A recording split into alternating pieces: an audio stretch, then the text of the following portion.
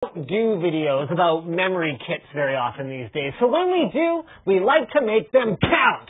So instead of just doing a bunch of sexy unboxing footage where I tell you guys about how your memory kit with its customizable and color-changeable light bars and sexy heat spreader design, should you wish to spend this much on it, will come in a custom box that was specially made for 8 DIMM sets and includes 2 matched trays of quad-channel DDR4 memory running at 2400 megahertz with Dominator airflow coolers to go on each side of your motherboard for maximum cooling and sex appeal.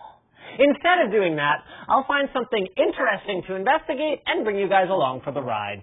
So not that long ago, we determined that even for a high-performance quad-core processor, DDR3 versus DDR4 didn't impact performance much in desktop applications. But I want to take it further this time and find out if we need quad-channel DDR4 RAM, if we kick things up a notch, and throw an 18-core 36-thread processor at the same multi-threaded benchmarks. So I fired this baby up on my usual ASUS X99 Deluxe test bench. I was only able to get the RAM running at 2133 megahertz, by the way, but I know that my Xeon has trouble with high-speed memory, and when I tried it on a 5960X, it worked fine, and that shouldn't affect our test results much anyway.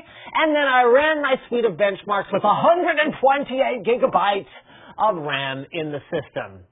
Then I was all geared up to slowly ramp it down and run it in triple channel and then dual channel and then single channel when I realized I'm really not expecting this to make any difference anyway, so let's just drop her straight down to 16 gigs of memory, which amazingly is one single stick of this RAM, and then see how the benchmarks go.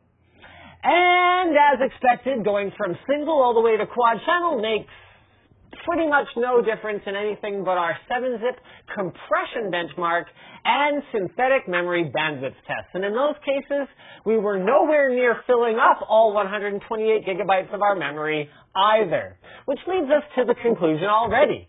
Who and what is this RAM for? Well, it's for people who want the ultimate bragging rights to make their EP bigger regardless of the cost.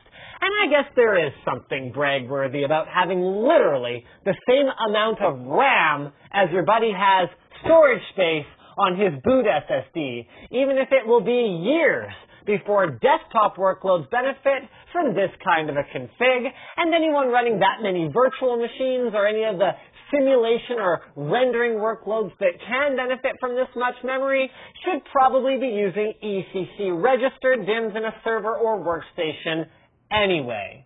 It's just that this is a lot sexier. Speaking of sexy, Squarespace.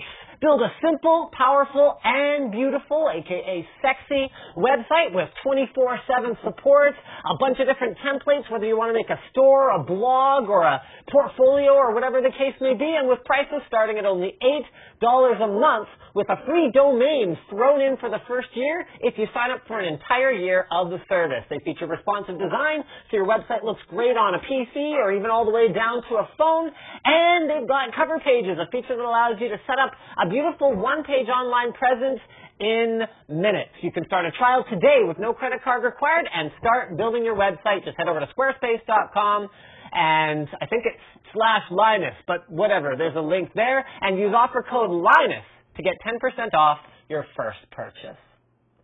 So that's pretty much it, guys. Thanks for watching, and I have a new outro script that hasn't started rolling up the prompter yet. Right. If this video sucked, you guys know what to do, but if it was